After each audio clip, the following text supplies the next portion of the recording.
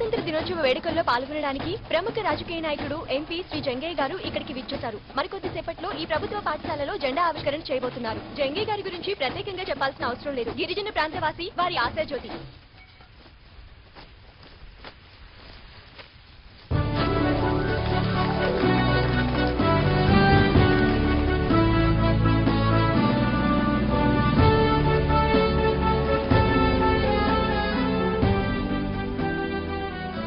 ఇప్పుడు మన ప్రీతమ నాయకులు ఎంపీ శ్రీ జంగయ్య గారు మాట్లాడతారు.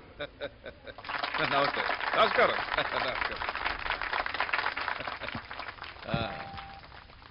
బ్యాండ్ బాగా కొట్టారయ్యా. ఆపండి, బ్యాండ్ బాగా కొట్టారు చెప్పా కదా, ఆపండి. అందరికి చాక్లెట్లు వచ్చాయి ఏంటి? అరే చాక్లెట్లు వచ్చాయండి, మాట్లాడరేంటి? ఏంటి వచ్చాయా? Very good, very good. నా చిన్నప్పుడు స్వాతంత్ర దినోత్సవం అంటే చాలా ఆనందంగా లగెత్తుకుని స్కూల్కి వెళ్ళిపోయేవాడిని, చాక్లెట్లు పెడతారని.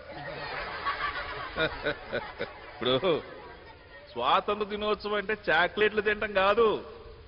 ఈ రోజు మన దేశానికి స్వాతంత్రం తీసుకొచ్చిన వాళ్ళ గురించి తలుసుకుని వాళ్ళలాగా మన దేశానికైనా చేయగలుగుతానో ఆలోచించాలన్నమాట.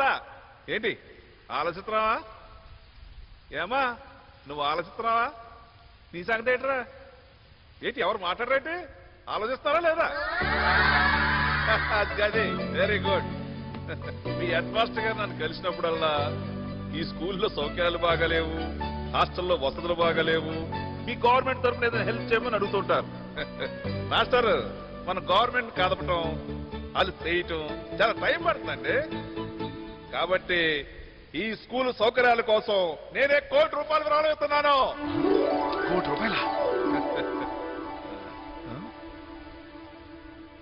చప్పట్లు చప్పట్లు చప్పట్లు. Thank you. చప్పట్లు చప్పట్లు చప్పట్లు.